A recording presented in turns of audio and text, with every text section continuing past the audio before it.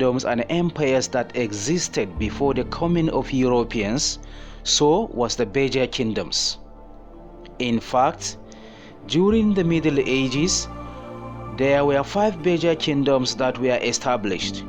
These kingdoms stretched from the lowlands of Eritrea to Aswan in Egypt. The Beja Kingdoms occupied much of the former territory of the Aksum Empire.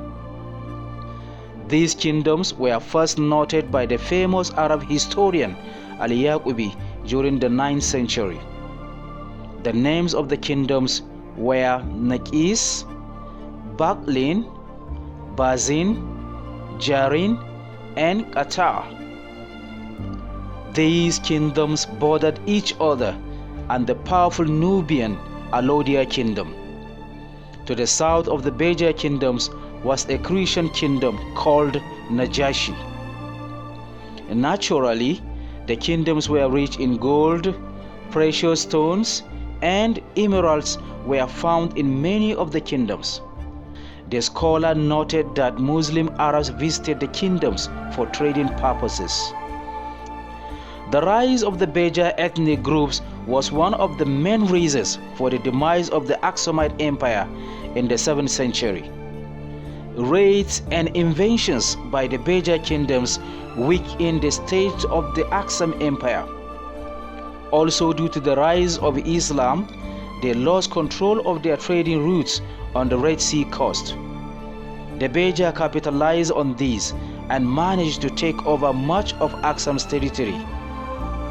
Towards the end of the 7th century, a powerful Beja ethnic person called Desanafaj acquired a unified structure, penetrated the Eritrean plateau through the valley of Gash Bakar, and raided the Aksumites. Much of the Eritrean highlands were overrun by Beja ethnic men, and many of the dispersed Aksumites fled southwards. After the fall of Aksum, the coastal regions were occupied by the Beja. The Beja kingdoms were subdivided by tribes and clans. These clans were noted by Al-Yaqubi to be the Hedareb, Suhab, Amarar, Kubir, Manasseh, Rasa, Arbaria, and Zanafaj. It was also noted that the Kunama were a part of the kingdom, due to the fact that they were called Bazin by Abyssinians.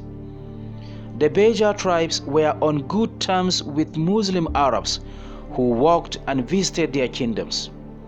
At the time that Al-Yaqubi visited the kingdoms, the Bazin kingdom was at war with the Nubian kingdom of Alodia. The Beja kingdoms were warlike and powerful nations who were skilled at warfare. There was a Beja tribe that was described as a warrior clan. The name of the clan was Daras Sawa. The young men of this particular tribe were sent to military training school, where they were trained for war and combat. The inhabitants of the kingdoms that were located in Eritrea were agriculturalists and pastoralists.